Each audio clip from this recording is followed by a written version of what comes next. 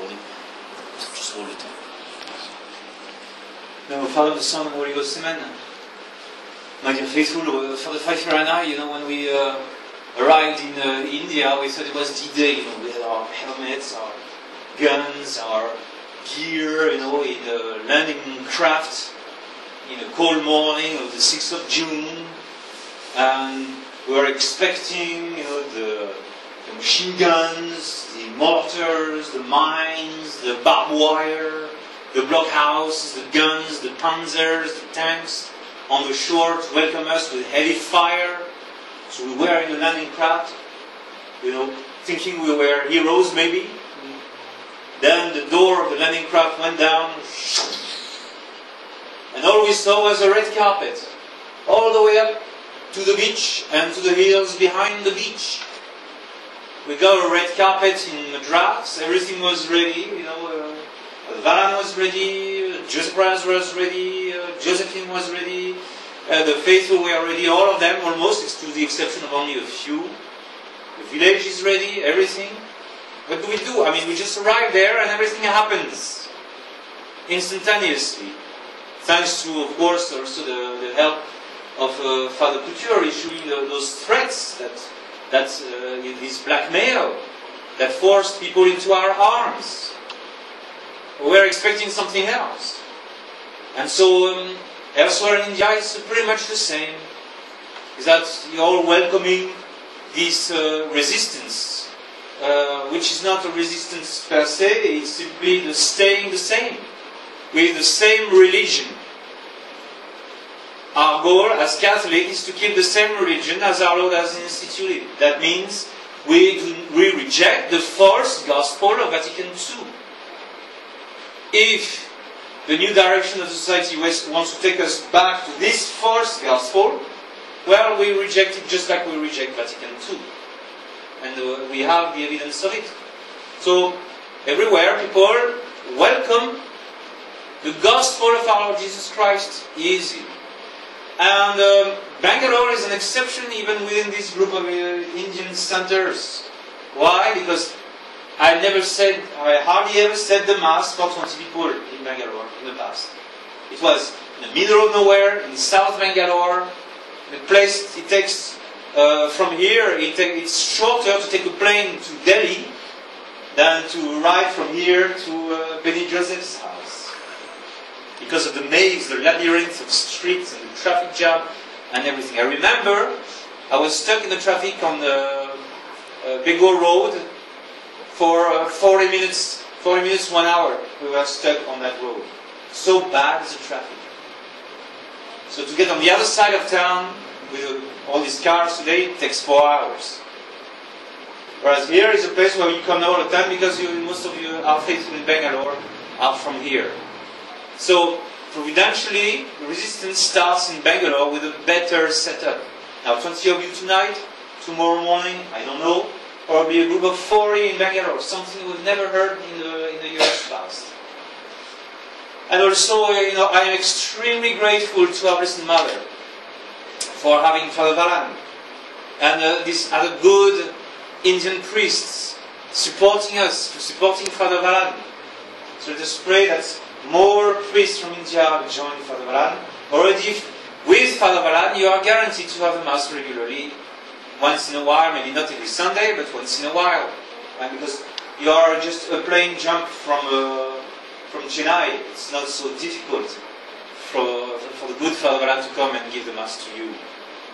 So I'm extremely grateful because I got so much work to do in East Asia that it's an immense relief for Father Joe and myself that we have Father Valan.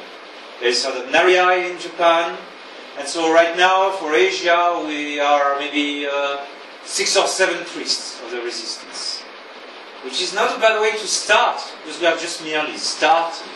It's not a bad start. We know the worse start than that. And also the mood in those places, in every place, I think is different. It's better. For instance, the improvement in Chennai is that we have lots of Catholic families. Happy Catholic mothers with lots of children. And then you can sense the Catholicism, the exuberance, when you go to the Chennai St. Anthony's Chapel, it's different than 4 years time ago. 4 years ago, when I left India. At that time, there was only a few children. It was very sad. Now there's a difference. It's improved. Not in numbers. I don't think it's the same numbers, but the quality is there definitely. And then India has a lot of potential. We have, lots of places that we can explore. And I remember all the missions that we had in India, in Viridhachalam, in Karapam, we had missions in Hyderabad. We even went to Delhi, we went to Surat, Gujarat, and in Goa, there was Goa had expanded, and so I'm expecting the same in Goa. Maybe in a way a better setup, a better access to you faithful, so that we can continue even in this crisis of the church, crisis of the SSPX, that want to make friends with those who are not our friends, those who do not love us, those who do not love the tradition of the Catholic Church. Despite all this crisis, the sap of the divine grace is still coming up the tree. It's still bearing the same fruit as ever before. So we have our work cut out everywhere in the world. I can't have any bigger consolation than to see you and to see some of your good Indian priests coming to your help, coming to your rescue. That's a great sign that this is not the end of the world. That there is going to be a reprieve, a preparation for the good things to come. In the meantime, we lament on the state of the Church. We lament on Pope Francis. He's got a nice name, I guess. A nice date of election. But the rest is pretty bad. We found out lots of things about him. The most shocking thing is that he's mixing all religions. It's not clear in his mind that the Catholic Church is the one true religion. He got himself blessed by 20 born-again Protestant ministers.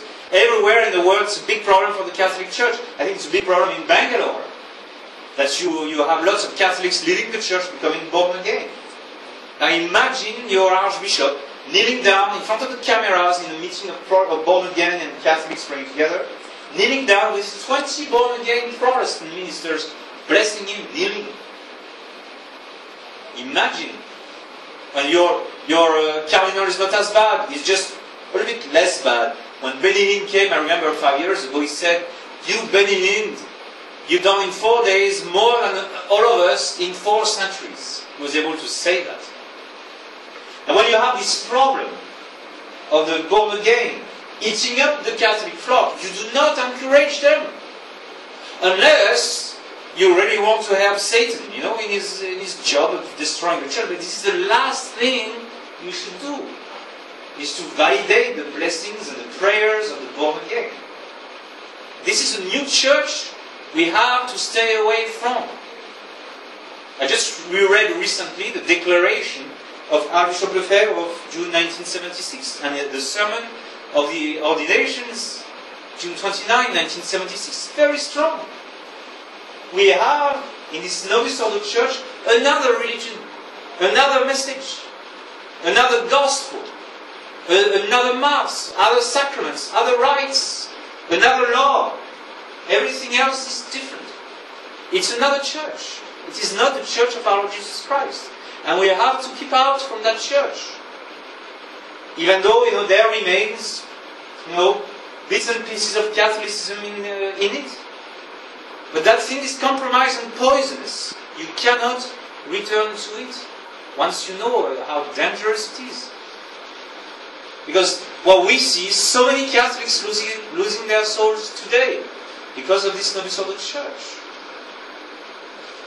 So we recognize the Holy Father, we recognize the local bishop and all the priests and everything, but we have to keep out. With all due respect, they are misleading us, and we cannot return to them. We will not return to them.